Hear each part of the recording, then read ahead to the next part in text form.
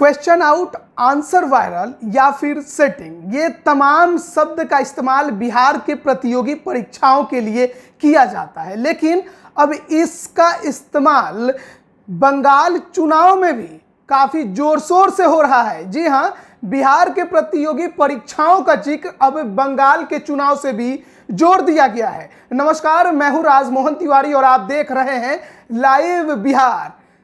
बिहार का कोई भी प्रतियोगी परीक्षा हो, ऐसा हो ही नहीं सकता है कि क्वेश्चन वायरल ना हो, आंसर वायरल ना हो या फिर उसमें सेटिंग की खबरें सामने ना आए। हाल में जो सिपाही भर्ती परीक्षा हुई थी उसमें भी ऐसी तमाम घटनाएं हमारे सामने आई थी। तमाम question paper, answer social media पर वायरल हो रहे थे। लेकिन अब इसका ताल्लुक के बंगाल के चुनाव से आखिर कैसे हो गया है? जी हाँ, हाल में बंगाल में चुनाव शुरू हुए हैं। 27 मार्च से 294 सीटों के लिए चुनाव जो है वो कराए जाने शुरू कर दिए गए हैं। 2 फेज का चुनाव हो चुका है, 27 मार्च और 1 अप्रैल। 2 फेजों में 60 सीटों के लिए चुनाव करा दिए गए हैं। अन्य अभी 234 सीटों पर चुनाव कराए जाने बाकी है। 8 चरणों में ये चुनाव हो रहा है और माना यह जा रहा है कि काफी ज्यादा जोरदार टक्कर इस बार टीएमसी और बीजेपी के बीच है, यानी कि ममता दीदी और नरेंद्र मोदी के बीच में बंगाल में इस बार कांटे की टक्कर दिखाई दे रही है। कोई पीछे हटने को बिल्कुल भी तैयार नहीं है। ऐसे में अमित शाह ने हाल में दूसरे चरण के चुनाव से जुड़ा एक रैली किया था और उस रैली में उन्होंने दावा किया कि 30 सीटों में से 26 सीट उनकी पार्टी यानी बीजेपी को मिलने वाले हैं, बीजेपी गठबंधन एनडीए को मिलने वाले हैं। 1 अप्रैल को जो चुनाव संपन्न हुए उसमें ममता बनर्जी के सामने बीजेपी ने शुभेंदु अधिकारी को उम्मीदवार बनाया था और चुनाव संपन्न होने के बाद शुभेंदु अधिकारी ने यह बयान दिया कि उनकी जीत 50,000 वोटों से हो रही है। और इन बयानों के बाद ही अब बिहार के प्रतियोगी परीक्षाओं को बंगाल के चुनाव से जोड़ दिया गया है। बिहार की सबसे जो बड़ी विपक्षी पार्टी है वो राष्ट्रीय जनता दल है और इसी को फॉलो करने वाले कुछ फैंस हैं जो लगातार सोशल मीडिया पर, ट्विटर पर कुछ ना कुछ पोस्ट कर रहे हैं और बंगाल चुनाव को बिहार के प्रतियोगी परीक्षाओं से जोड़ रहे हैं। आपकी स्क्रीन पर एक हम ट्वीट दिखा रहे हैं, जरा इस ट्वीट को ध्यान से देख लीजिए। इस ट्वीट में लिखा हुआ है, अमित शाह कह रहे हैं कि बंगाल के पहले चरण के मतदान में बीजेपी 30 में से 26 सीटें जीत रही है। वहीं नंदीग्राम से भाजपा उम्मीदवार शुभेंदु अधिकारी कह रहे हैं कि ममता बनर्जी 50,000 वोटों से हार रही हैं। ये घोषणा बिहार के उस छात्र जैसा है जिसने या तो क्वेश्चन आउट कर लिया हो या बीपीएससी से सेटिंग कर लिया हो।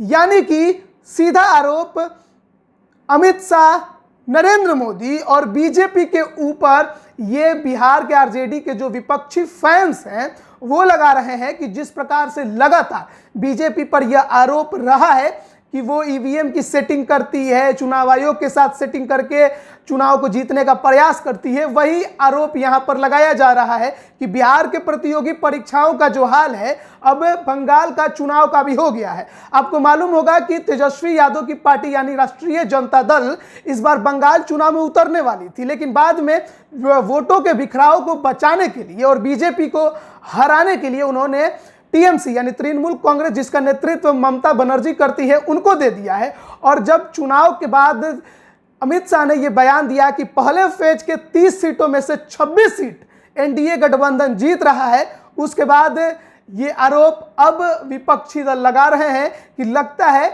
उनकी क्वेश्चन आउट हो गया है या फिर क्वेश्चन जो आउट हुआ है वो उनको मिला है या फिर बीपीएससी से सेटिंग का मतलब है चुनाव आयोग के साथ उनकी सेटिंग हो गई है। तो बिहार के प्रतियोगी परीक्षाओं में तो ये चलता था, लेकिन अब जो विधानसभा के चुनाव हो रहे हैं, अगर ऐसे में लगातार ये आरोप बीजेपी पर लगाए जाते रहे हैं पहले से, और अब क्योंकि हर कोई अपने जीत के दावे करता रहता है और अमित शाह ने भी केवल दावा किया है, जीत हार तो 2 मई को जब परिणाम आएंगे उसके बाद ही तय होगा, लेकिन उनके दावे को लेकर अब बिहार के प्रतियोगी परीक्षाओं से जोड़ना कितना सही है ये तो आप बेहतर समझ सकते हैं। लेकिन जो आरोप लगते रहे हैं बीजेपी पर, वो आरोप अब एक बार फिर से अभी से ही लगने शुरू हो गए हैं कि आखिर इतने पुख्ता दावे के साथ बीजेपी ये कैसे कह सकती है कि वो इतने सीटें जीतेगी। हालांकि बीजेपी ही यह केवल काम नहीं करती है, दावे करने का काम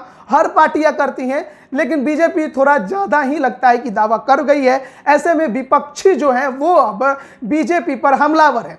बिहार के प्रतियोगी परीक्षाओं का हाल देखिए कि कितना बेहतरीन है कि अब विधानसभा चुनाव में भी कुछ गड़बड़ियां होती है तो उसको सीधे बिहार के प्रतियोगी परीक्षाओं से जोड़ दिया जाता है और सरकार बिहार की कुछ नहीं करती है। क्या बिहार सरकार ये जो व्यंग कसा गया कि बिहार के प्रतियोगी परीक्षाओं में क्वेश्चन आउट और बीपीएससी से सेटिंग का जो मुद्दा है, बीपीएससी एक काफ़ी बड़ा आयोग है और उसके ऊपर जब इस तरह के आरोप लगते हैं तो जवाब सरकार को देने चाहिए। प्रतियोगी परीक्षाओं में धांधली को लेकर लगातार विपक्ष भी सवाल खड़ा कर रहा है, बिहार का अभ्यर्थी भी सड़कों पर उतर रहा है, लेकिन सरकार और आयोग की तरफ से कोई जवाब नहीं मिलता है। और अब आयोग के लिए बड़ा ही गर्व का बात होगा कि अब जो इस प्रकार की बातें बिहार तक थी, अब दूसरे चुनावों में गड़बड़ियों को भी बिहार के प्रतियोगी परीक्षाओं से जोड़कर देखा जाता है। देखते हैं बिहार का आयोग कब सुधरता है और सरकार इस पर कब संज्ञान लेती है। आप देख रहे हैं लाइव बिहार। खबरों में बने रहने के लिए हमारे चैनल को फॉलो जरूर करें। आपका बहुत बहुत धन्यवाद। लाइव बिहार यूट्यूब पर सब्सक्राइब और फेसबुक पर लाइक जरूर करें।